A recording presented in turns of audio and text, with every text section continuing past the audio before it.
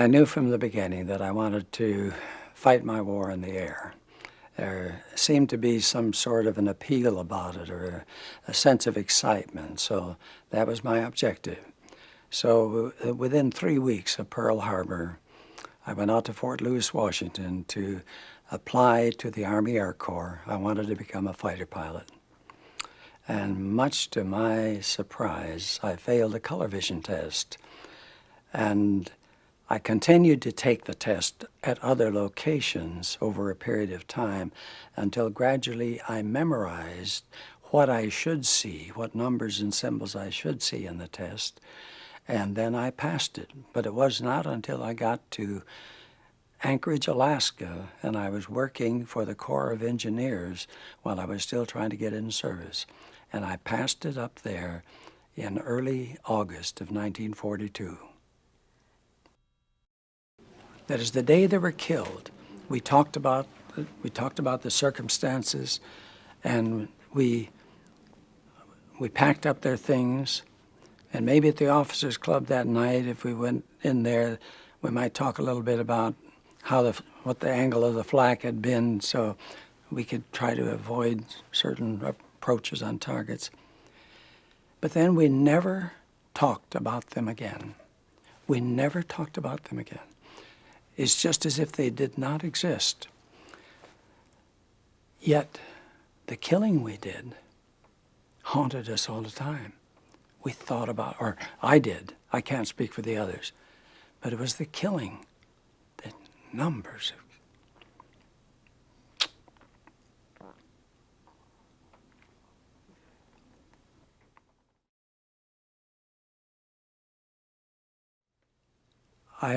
orders were being prepared to send me to a fighter squadron, fighter group, flying off Okinawa to participate in the invasion of Japan.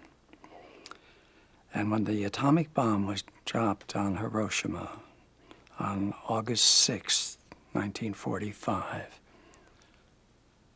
and we started to comprehend what this meant, and then the second one was dropped on Nagasaki 4 days later, we realized that our war was over and that we were going to live through this thing. I can't believe that it ended like that so fast. And those of us that were primed again, fortified psychologically and emotionally to go back to war, were now reprieved, and we would be able to go on with our life. I've never been able to understand the objection to the fact that the atomic bomb was dropped.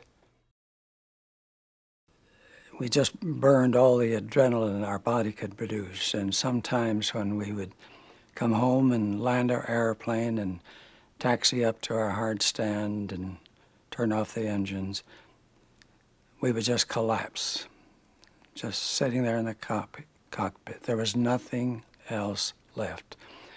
We had burned all the adrenaline, we had used all the energy that we had, and we just sometimes had to be helped out of the cockpit.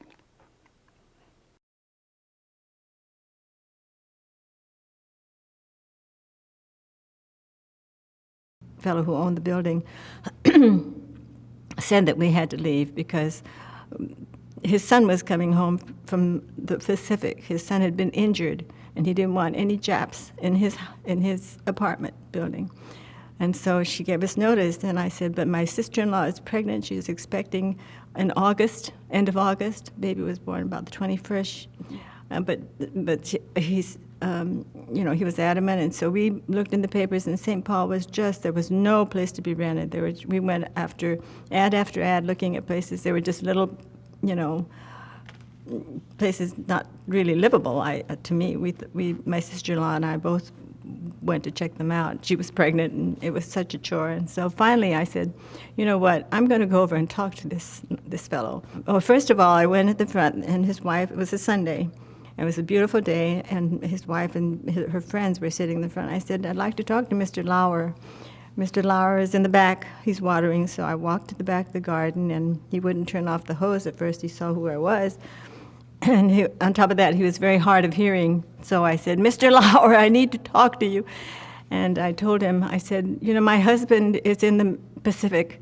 He is with the military intelligence. He said, he's fighting side by side with your son and others like your son. And I said, I'm sorry that he was injured, but you just have to understand that we're on the same side. And my husband, I made this plea in A, and a couple of times he wanted, couldn't hear, and then finally turned off his hose, and he listened and didn't say yes, no, or anything. He didn't comment. And so I went away thinking, well, tried my best, and I left and didn't hear anything after. We were able to stay, So I thought, well, it must have worked. So I guess I reached him. And I told him, I said, be sure to ask your son, because he'll tell you that these Nisei boys are fighting with you, fighting with them right there.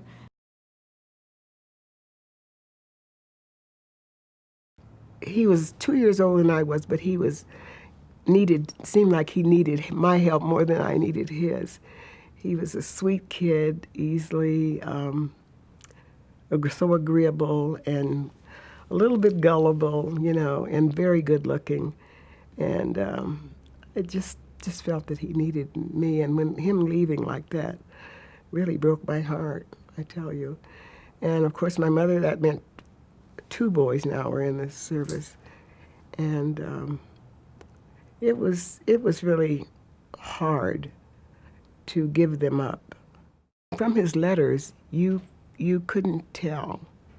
He was a reserved person, and I don't think he wanted us to know, because he was probably protective of Mother and I and my other brother.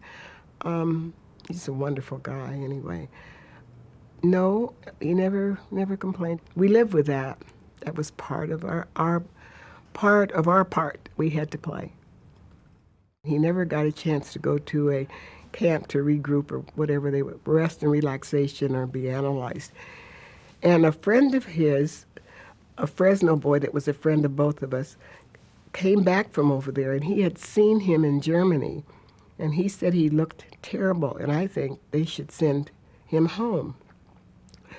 Well, it didn't happen, and when he did get discharged and came home, he came to Sacramento and stayed with us for about 2 days or 3 days. He seemed fine. He was kind of a quiet kid anyway, so there was no way for me to know. I didn't detect anything that he was really suffering from, trauma. So he went home to my mother in Fresno, and within inside of a week, she was calling me and telling me that she thought my brother was having some problems emotionally. I guess it was overpowering, I guess, the depression and the trauma and stress of it all, until he just hung himself from the kitchen light, and my mother came in and found him. Yeah, so he was 22.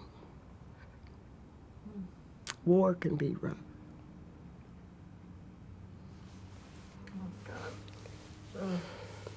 My poor mother, she was never quite the same.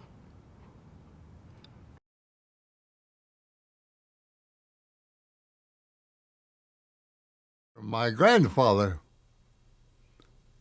trained me to be a warrior. The inter-tribal war days were over, but being a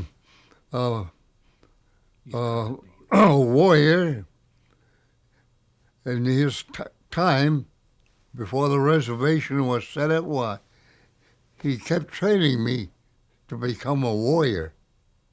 Then, of course, I would ride horses quite all my life, ever since I was a little boy.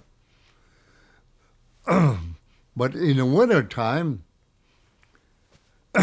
he would wake me up early in the morning, said, all right, said, don't put your shoes on, don't put your clothes on, run around the house barefooted, maybe 15, 20 below zero. Every morning, it was tradition with those old Indian men to take a dip in the river. So in wintertime, we'd go to the river there, maybe 15, 20 below zero. We'd go to the river and he'd cut a hole in the ice. So it was already cut, but he had to cut it again for his horses. So he'd remove the thin layer of snow, ice. Then we'd go in there. I tell you, that's pretty cool, you know. He trained me to be physically strong by his training in my observing the activities around me, my environment, the movement of the animals, and blowing of the wind, direction, and so forth. So I was generally well aware of what I'm doing or what I'm going to do. So during World War II, I was not afraid. I knew what I was doing, and I knew I was going to be all right.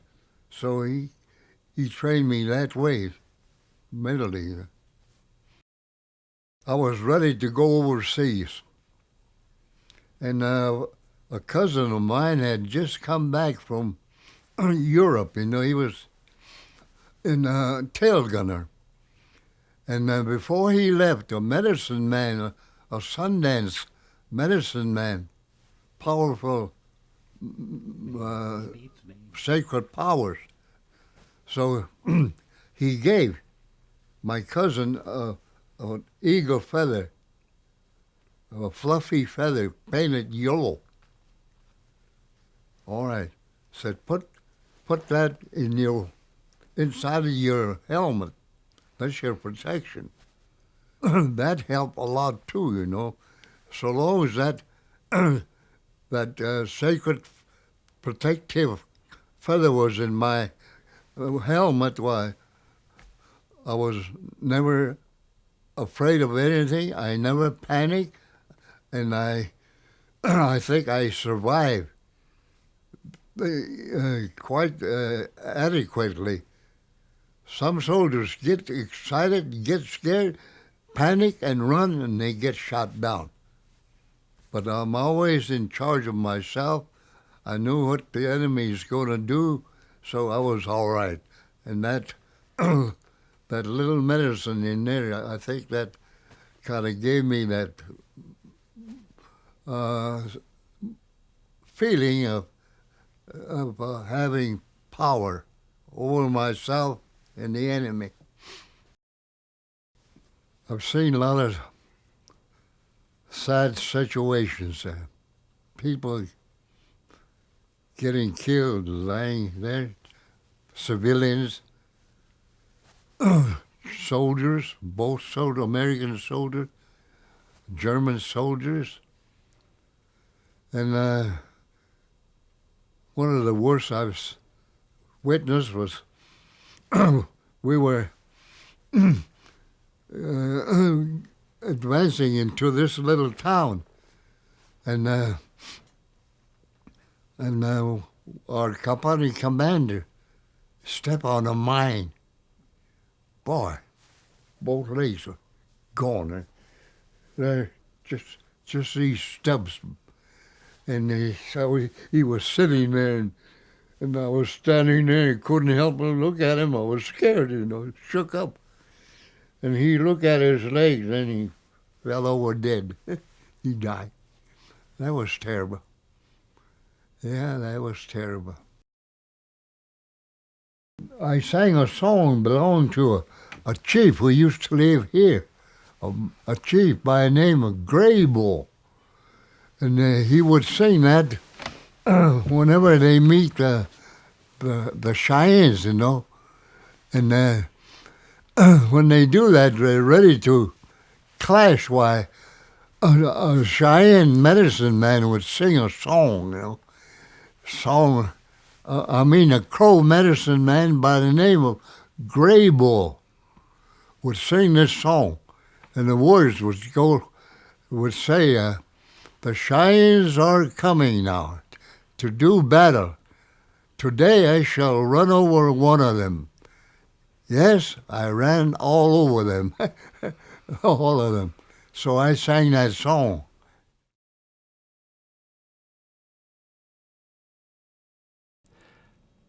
First, it was the dead German boys lying all over the field of battle and beginning to turn yellow and so forth, their eyes open. I'd never seen a cadaver with eyes open before. I'd seen dead people, like my relatives in coffins and so on. Their eyes were always decently closed.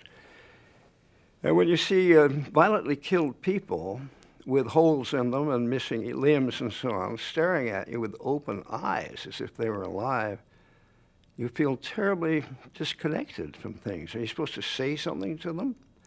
Are you supposed to say, I'm sorry? Did it hurt much? And so forth. And I was still in command of my platoon. And we attacked a German position through a smoke screen, which was so thick that you didn't know where you were. It's a bizarre thing. It was a technique dating for ground warfare from the First World War, but we did it anyhow.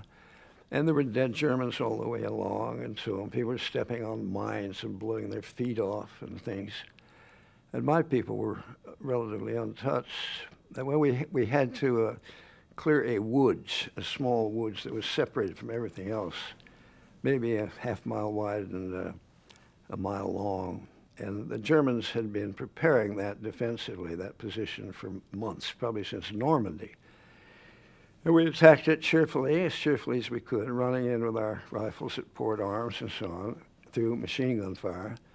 And a number of people were hit and killed by that. And on my left, I remember, I was lying on my stomach trying to keep as low as possible to avoid this machine gun stuff that was going on about an inch above my head, so close I could feel the heat of the bullets as they passed by.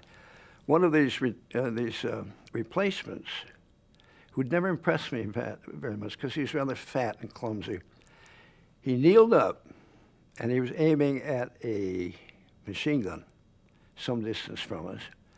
And before he could get a shot off, they hit him with, I think, about 3 bullets. And I saw only his back. I didn't see his face or anything else. Out of his back, there flew little clouds of what looked like dust, but they were powdered blood. They were bits of flesh tissue, and there were pieces of cloth uniform. And there were about 3 of these came at me, and then he collapsed, and that was the end of him. When I came out of the war, I could not be recognized. I had a terrible time with my family because they'd been reading the Saturday Evening Post and Life magazine all during the war, and they thought it was a sort of cheerful game that we won. They knew I was in the infantry, but they thought that was a branch of the service where you did a lot of running, moving, athletic stuff, and so forth. They had no idea that it was about close-up killing. The mission of the infantry, as I learned in training many times, was that the infantry is charged with the mission of getting as close as possible to the enemy and destroying him. And that means tear you to bits, if possible. So that was impossible for my parents even to understand. I had some notes, fairly bloodthirsty, that I'd written about the war, and I gave them to my dad afterwards, and he couldn't finish them. About all the good war stuff, to say that I am offended would be a grave understatement. I'm appalled by it, by the lack of imagination of Americans, by the obligatory optimism of Americans, by their difficulty in understanding the troubles of people who are less well-placed than they are. I'm talking about the poor. And the infantry are the poor in time of war. I've had a very difficult time sometimes trying to explain what happened to me. People say, what's the matter with why are you so irritable? I'll say, I'm irritable because I thought of a college friend of mine who spent the war as an admiral's aide in the Pacific and never fired a gun or was fired at. And the conflict, the contrast between what he was doing and I was doing is just too appalling to bear without some kind of emotion of resistance and anger. I was angry that everybody didn't understand the situation of soldiers who fought the war on the ground. Well, basically, when you're in OCS, there were 6 of us, and then you lived, ate, slept, and everything else together. You studied together, and I still remember it. It was Gallagher, Galloway, Gamble, Gardner, Galton, Ginsburg. Forward observers up forward to find targets for the artillery, and you worked with the infantry. In our unit, the forward observer, if the infantry was moving, you had to stay with the lead platoon of the attacking company. And the reason for that was that chances are you wouldn't bring artillery down on yourself. You'd keep it out in front. And that was there. But then we also went for targets if we could go out and find some targets. And to be perfectly honest, it was boring. We didn't have but 4 officers, and most of the time there wasn't but one available. If I was not forward, then I had to read the mail. And it was just about as boring as you could get. I do recall one fellow that I just didn't read his letter to his girlfriend. It was 10 pages every day, and it just wasn't any sense to it. He was only writing his wife about a page, but the girlfriend was in England. One example was a platoon which basically had 50 people. Jumped off one morning, and I happened to hear him on the radio that afternoon. The battalion commander was asking how many men he had. They had chocolate, wanted to wait for dark, and they would send up chocolate bars. They said, we got 1 for each man. How many do you want? He said, send me 5. He only had 5 men left out of his platoon, himself and 4 apparently. But you just lost folks like mad in there. I'm sitting, and after I was captured, several days later, maybe a week, I don't know, sometime after that, I was in this little village where I had fired. As a matter of fact, one round got away from it. I knocked the steeple off the church. But I'm sitting on the church steps, and this German officer came up, and he was artillery. And he could tell I was artillery. You had your brass on your collar. And he asked me, he says, were you the forward observer over there? I said, yeah, and you up there? Yeah. So he went and got me food. And he spoke better English than I did. He'd been to school in England. And he got caught. He came over there and got caught up in the war. He came home, got caught up in the war. And he was just like I was. He was just in the war. So he and I had old home week sitting there on the church steps. But that was an unusual experience, but I was glad to see him. Well, on one, we were on a railroad car, and the Americans came in strafing it. And everybody ran. You just tried to get away from the train, and I went out a window and down the incline and across to where there was a bridge, a little bridge over a road, not a big one. And I slid under there, and there were 2 or 3 German soldiers under there that gave up to me. I mean, they thought the Americans had landed or something. Yeah, they wanted to surrender to me, and I didn't want them. I explained to them that I wasn't in any position to take them. It's a captive, but yeah, they tried to give up to me.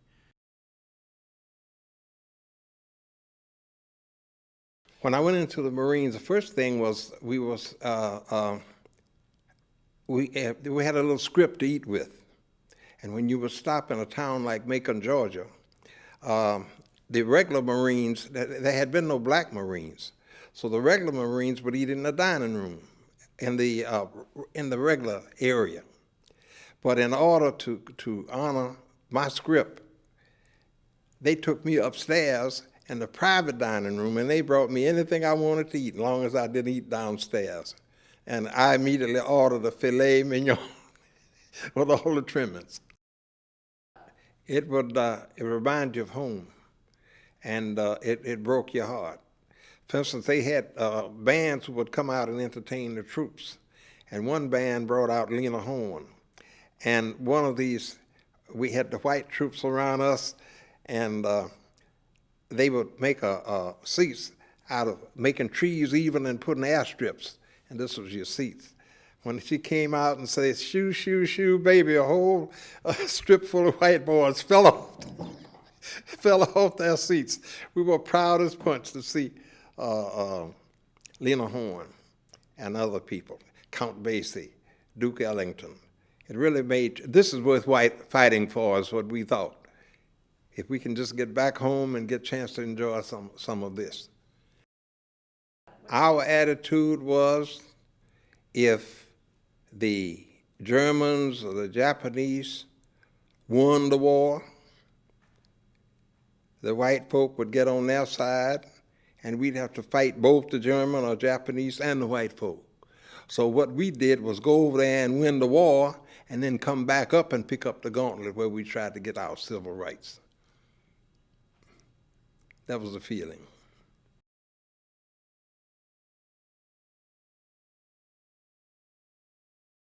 I was on a list somewhere in the Navy to be called up at the appropriate time. And I was in college at the University of Minnesota.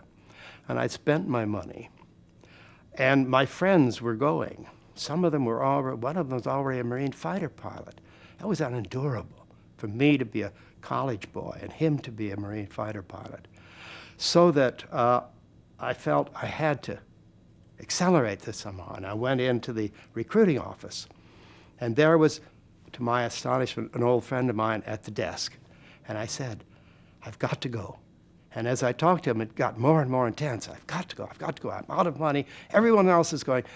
And he went to the corner of the room where there's a great pile of files and fingered down to the bottom, pulled one out and put it on top and said, you get your orders next week. Don't tell anybody. And I went out, and it was like that moment at the beach when you climb the ladder of the diving board up to where you usually dive off, and then keep going to the one where you might jump off, and keep going still until you get to the very top where you've never jumped off before, and then you step up to the edge and jump. I felt that I was in empty space. Something had happened to me that had never happened before, and that I had done it. You know, as a kid, you don't have an opportunity to determine your life very often. Your parents do that for you. Your teachers do that for you. But I just made a decision that was going to change my life forever. And it did. Everybody joined. I wanted to be a pilot. And everybody was in the Air Force. And they wore pink pants and hats with the grommet taken out. There was something spurious to me about those guys. They flew too high. I wanted to be in, well, I didn't know anything. You have to understand that I was 17 years old. These were impressions that didn't have any basis in reality.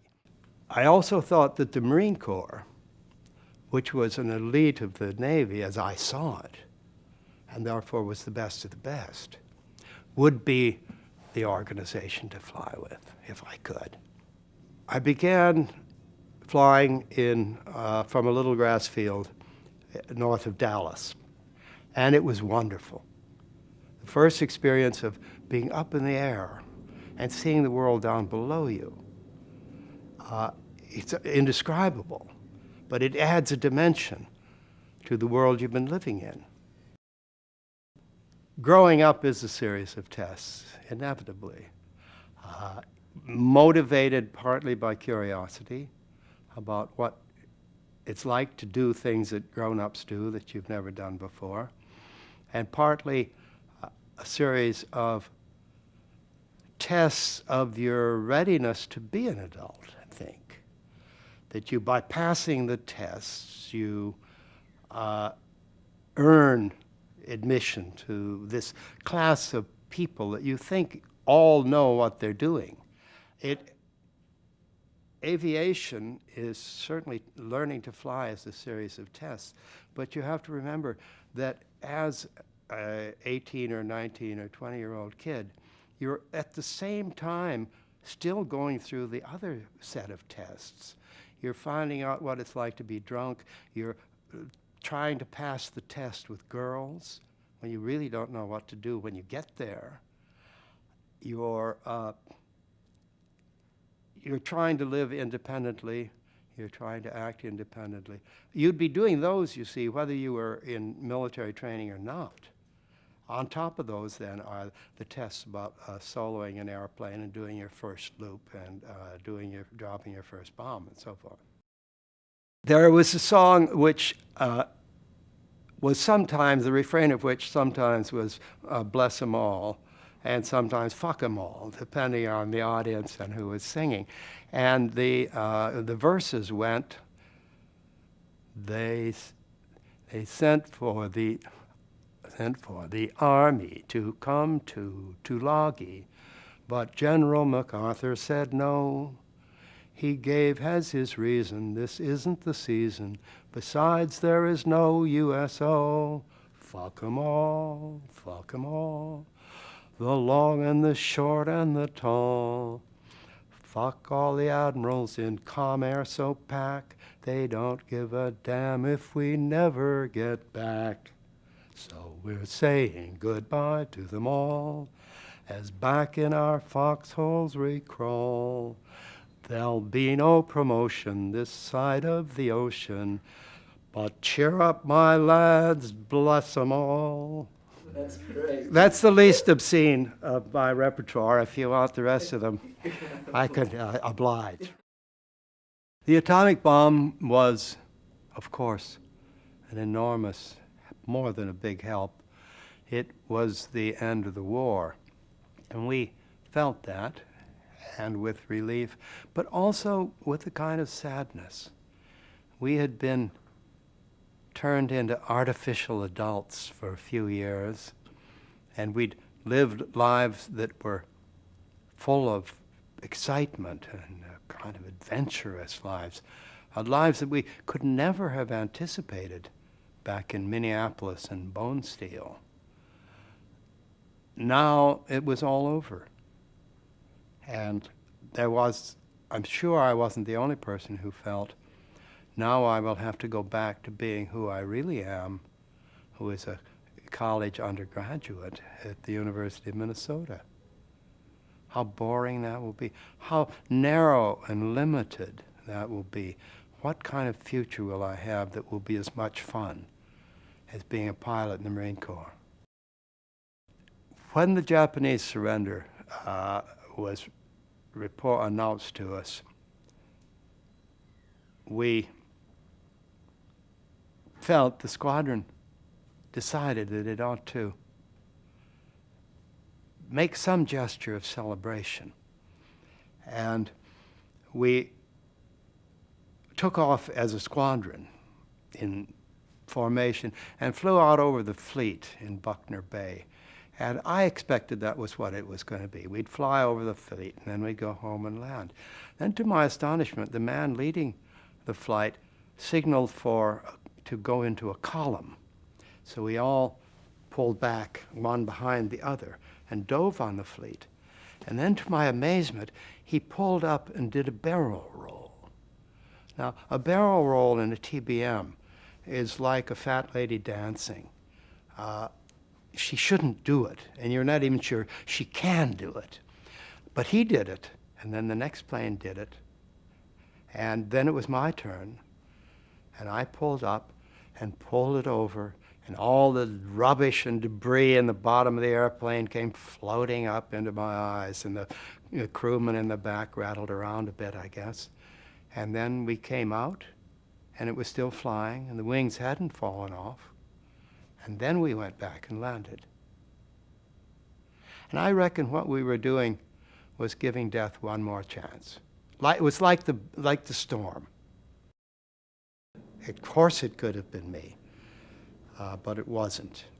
I grieve for them. I grieve for them every day. The two or three with whom I was closest to. But then people die in life. Not that young. But every life has some grief in it. And you go on living. I talked recently with a friend of mine. Her name is Georgine de Vivier Hall. She's about my age, a little younger.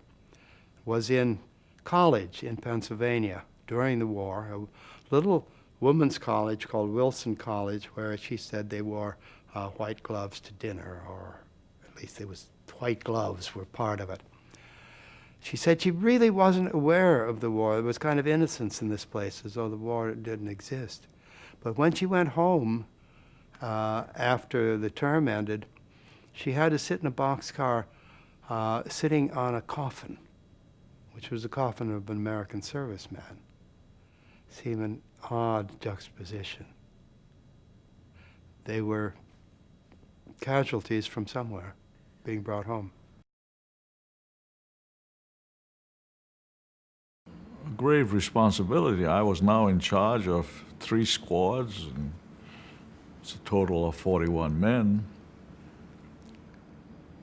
And then I began to realize why this was done. If you're an engineer, you're selected to be an officer because you know mathematics and logarithms and all of that. If you're an artillery officer, I suppose they'll select you because you know something about trajectory and physics. Why would they select someone for an infantry officer? He has to know how to read the maps and the compass, but he has to know how to kill. And that's a horrible thought. I won't tell you how many men I killed, but there are some who count sheep, so they tell me. But there are times in my life when I count men. And that's a terrible thought, because I'm certain the average person, if he or she ran over a cat, you'd never forget that. So how in the world can you forget killing a man, you know? Could you tell Well, I was in Oakland, getting ready to get on a ship for a boat ride back to Hawaii. I was in my uniform with 3 rows of ribbons and a captain's bars on my shoulder. I must have looked pretty good, like a big hero, with a hook on my right hand, where it used to be. And so I thought I'd just get a nice haircut so I'd look neat. I looked around Oakland, and here was a barber shop. 3 chairs, I remember that, all 3 empty. The barbers are just standing around, so I walked in. This one barber approached me, and he looked at me, and he said, "Are you a Jap?" And, that was a strange welcome. And I said, I'm an American. Well, I'm asking you, are you a Jap? I said, my father was born in Japan. My mother is Japanese. I suppose that makes me one. We don't cut Jap hair. And I thought to myself, here I am in uniform. It should be obvious to him that I'm an American soldier, a captain at that, and that fellow very likely never went to war. And he's telling me we don't cut Jap hair. I was so tempted to strike him, but then I thought if I had done that, all the work that we had done would be for nil. So I just looked at him and I said, well, I'm sorry you feel that way, and I walked out. But it became clear to me that what Captain Enspinger said was very correct. It's going to be a long struggle, a tough one.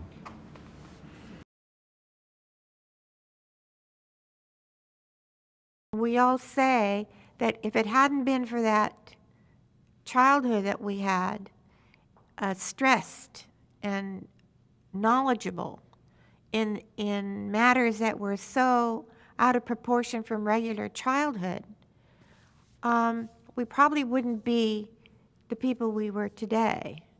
And it's just like me living in the wine country here, where I just found out that the more stressed the vine, the better the wine and the grape is. So I didn't know that. So it makes a lot of sense.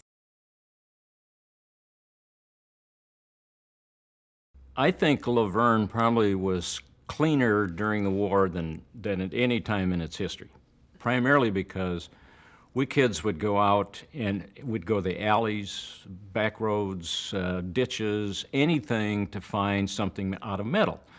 because you could get like a penny a pound for something of this nature. And then if you took them down to the theater, you could get in, if you had like 2, 3, 4 pounds of scrap metal, you would get a free ticket. My 2 brothers and I went out one time and made a horrendous haul. We just, I don't know. The one major thing that I remember in there, we had a brass bedstead, but we had wheels, old wheels we found. We had more than enough to get into the theater. So the kids who didn't have enough, we were down on Main Street, right in front, right by the theater, and we're handing out, what do you need? You need tire, here's an old rim, here's an old piece of metal or whatever it was. And so they'd get in. Then Doc Bobine, who was the manager of the theater, came down and told us, I don't want you doing this anymore. These kids have to get their own stuff. 2 pounds of milkweed would make 1 life vest. So they gave everybody these sacks or bags, and then we would go out looking for milkweed. And we got 2 cents a pound for these, we got 20 cents a bag. Okay, now that's a lot of milkweed stuck in one of these bags. But we would have our patches.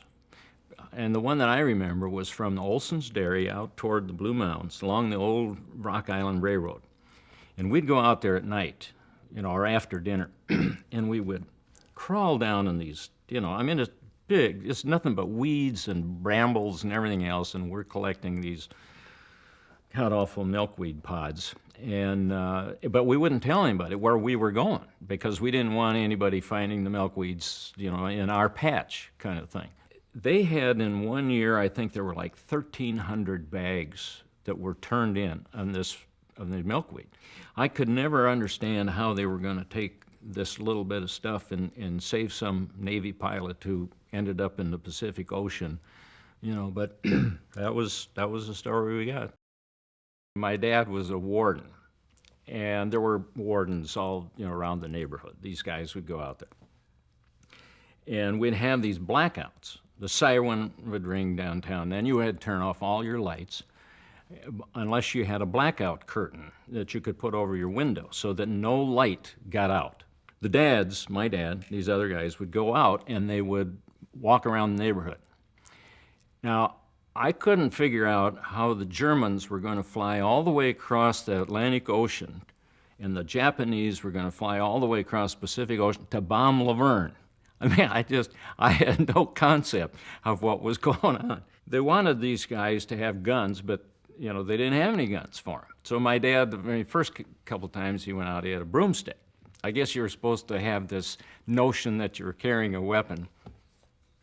He thought that was kind of dumb, so he'd go out with his 12-gauge shotgun, no shells or anything. And then it got to be where these guys would stay out for a while. And my mother finally figured out that they may be down at Doc Blake's or Ez Connell's or someplace having a highball. So it was more of a social thing, I think, for these men to protect us from, I don't know what, but they had to go out on these nightly patrols. Collecting anything at that time was our basic source of income for kids.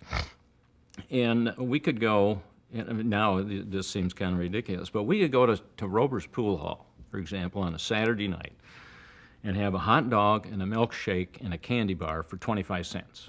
The hot dog was a dime, the milkshake was a dime, the candy bar was a nickel. And if you had 11 cents, you could go to the movie besides. So we didn't really need a lot of money. Okay, but what money we got from a lot of the scrap things. We had an Army air base that was 30 miles away, and a lot of those soldiers came over to Laverne on their R&R. So we had soldiers around us. They were flying Liberators and P-47s out of Sioux Falls, so we had a lot of airplanes over us. If some guy was dating one of the Laverne girls, let's say, and they went up on an exercise, and he was flying one of these P-47 Thunderbolts. He would come zooming down Main Street, like 200 feet, 300 feet over the city, when the wings are going like this, and to let, if she was working with a phone company, she'd know who it was. I mean, this is kind of a way they were signaling, and windows would rattle, and people would get all upset. These guys shouldn't be doing this, but I don't think it ever stopped them. I remember another funny thing about the bombers went up a lot, and we were all excited to see them. These big Liberators and B-29s, some of these that they were flying out of Sioux Falls. And so if we could hear them coming, we'd say, "Bomber, bomber," and everybody'd run out the back door, and we'd look up and we'd watch these. Well, we had a Cocker Spaniel, Rinky, and we'd say, "Bomber, bomber." Rinky would hit for the back door just as fast as he could. Whether the planes came or not, all you had to say is, "Bomber, bomber," and he's gone. And one time my mother just waxed the kitchen floor. And we said, "Bomber, bomber." Rinky goes tearing out to the back door. His feet are just churning away like crazy, falling down, trying to get out the back door to see that. But that was we all ran out to watch these planes go over, and they went over a lot. There was terrible confusion during combat, just unbelievable. I mean, no one knew what was going on. I don't think the Germans did either. But one of the most confusing things was the radio. So we always had a radio in some place around us so that we could contact headquarters, and they were asking where we were, call for artillery fire. You could talk to the artillery observer, but the radio was just madness because there was always some guy pinned down in a terrible situation, screaming for help, and then a very cool, calm guy in the background said, "This is Rabbit 3, this is Rabbit 3, what are you doing?" And this guy'd say, "Cut that crap out, let's get it, God almighty, we're getting fired on it." But this coming from all directions. Well, when the war ended, I believe I was in Paris and living a very, very splendid life. It was very, very good. I was working for a branch of Stars and Stripes called Army Talks, which was a magazine that was put out, and traveling rather freely, and had some nice girlfriends and a very, very interesting, mature group of guys who educated me more than the college had educated me. And when the war ended in Japan, it wasn't the great celebration to Parisianers, but to we in the Army who thought maybe we'd get sent to Japan or something. It was a great celebration, and we were looking. Paris is a great place to celebrate, and so we did lots of celebrating there, quite unlike VE Day. I did shoot a fellow one time, and it was in Beirut, the home of Wagner. And there was a river that split the town in half. And we'd moved down to the river, and we were in a little bar. And in our radio, it came through from way up in back of us. There was a squad of Germans coming down the road that we were at. And we watched them, and they came down, and they went in a building across the street. And we really didn't want to put up a big fight. But pretty soon one came out and came down and looked at the bridge that had been blown that we were, and then trotted up the road a couple of blocks. And we thought, well, the squad up there will pick him up. Pretty soon he came trotting back, so we realized there's no squad there. So we everybody said, "Why don't you shoot him?" "No, you shoot him." But I ended up having to shoot him. Well, I shot him, and the next thing I knew, I was out there. He flew up in the air, and two of us, next thing we knew, we were out there nursing him, drag him back, and then the squad came out from across the street and surrendered. That's the only one I'm ever sure I shot. I shot at lots and lots of things, but you're shooting at smoke, you were shooting at where you could see machine gun fire coming from, you were shooting at tanks, which was useless. You never knew what you were doing. This was the only case where you could really see somebody, and nobody really wanted to do it. Here he was, and he was doing no harm, and he was really just trying to retreat, and but we couldn't think of any other way to do it.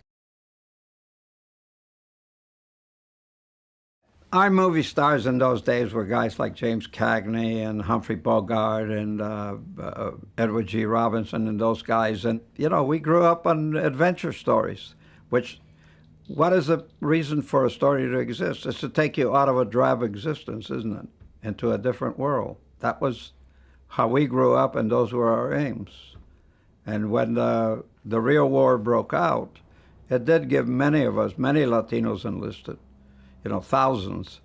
And I suspect that in the back of their minds there was James Cagney doing his thing in a war movie or something, but they did okay in reality. Especially on Iwo Jima, we did find Japanese, many Japanese who had killed themselves. They shot themselves, they blew themselves up with hand grenades, they disemboweled themselves with their knives. And sometimes when we threatened to blow their caves up and bury them alive, they in effect said, "Screw you, go ahead and do it." And we did. We buried a lot of them alive. Our attitude was better them than us, and we had a saying in the Marine Corps, the Japanese want to die for the emperor and we want to help them.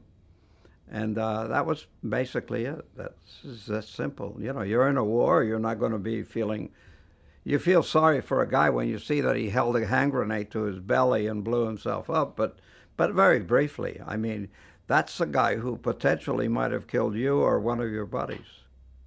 They were tough people. So, if they wanted to blow themselves up, that was one less guy to nail you. And the shelling was so intense, I thought I was going to lose my mind. I thought, gee, I've been in this too damn long already. I can't take it anymore. But I didn't realize until later when we were told about that defense, how effective that defense was and how much artillery we were taking. I thought it was me. That was my worst moment. That night, we were gathered, and the lieutenant came over and he said, if we're driven off the beach, he said, try to swim towards the transports. And we thought, Jesus, what is he saying to us? I know that sounds ridiculous, but they actually told us that. If we're driven off the beach, start swimming for the transports. I'm a Mexican. I didn't even know how to swim right. I sink like a rock. So, for us, it was like the Japanese. It was do it or too bad.